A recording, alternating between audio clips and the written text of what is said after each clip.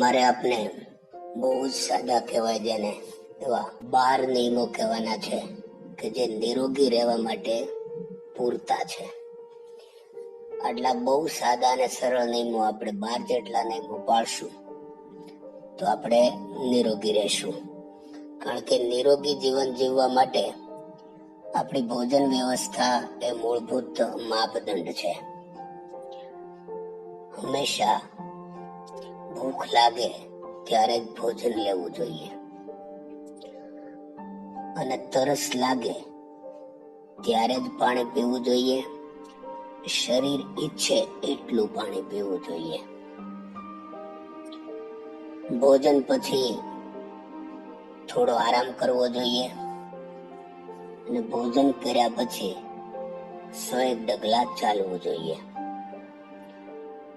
ભોજન કર્યા પહેલા પાણી ન પીવું જોઈએ. ભોજન કર્યા પહેલા આપણે પાણી પીશું તો આપણી હોજરીનો અગ્નિ મંદ થશે.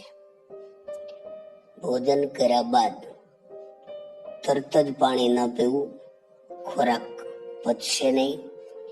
ભોજન કર્યા પછી છાશ પીવી જોઈએ, પણ પાણી 1-8 કલાક પછી પીવું જોઈએ. વધુ ભોજન ભરપેટ ક્યારેય ન કરવું. આખું પેટ ભરાય એટલે અગ્નિમંદ પડી જાય અને કબજિયાત થાય.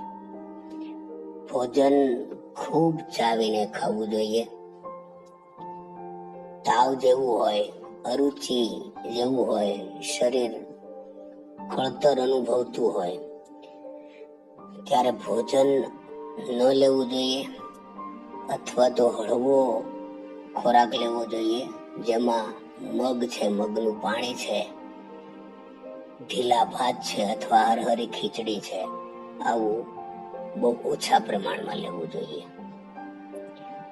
માથે ઓઢીને ક્યારેય સૂવું ન જોઈએ. મિત્રો, માંસાહાર શક્ય હોય ત્યાં સુધી છોડવો જોઈએ. માંસાહાર ન કરવો જોઈએ. ઘણું બધું ખાવાનું છે બીજું, એ બધું ખાવું જોઈએ. એસિડિક ખોરાક ઓછો અને આલ્કલાઇન ખોરાક વધુ લેવો જોઈએ. એટલે કે શરીરમાં એસિડ ઉત્પન્ન થાય એ પ્રકારે આપણે એસિડ વધે, ખટાશ વધે એવો વધુ પ્રમાણમાં ખોરાક ન લેવો જોઈએ. ચરબીયુક્ત ખોરાક પ્રમાણમાં ઓછો લેવો. લીસા પદાર્થો પ્રમાણમાં ઓછા ખાવા. કરકરા લોટમાં બનેલી વાનગીઓ ખાવી અને રેસાવાળા શાક ખાવા જોઈએ. માનસિક થાક હોય, ચિત્ત અસ્વસ્થ હોય ત્યારે તરત જ ભોજન ન કરવું જોઈએ. ભોજન કરતી વેળા બિલકુલ મન શાંત રાખવું જોઈએ. મનનો તપારો ન રાખવો જોઈએ. ભોજન કરતી વેળા ટેલિફોન કે મોબાઈલ કે એનાથી સહેજ આઘેરો પલ્લો કરવો જોઈએ. જમતી વેળા શાંતિથી જે ભોજન પીરસાય એ ભોજનમાં મન રાખી અને આ ભોજન શ્રેષ્ઠ છે એવું ભોજન કરીએ તો એ પાચ્ય થઈ જાય. આટલા મેં આપને નિયમો કહ્યા છે.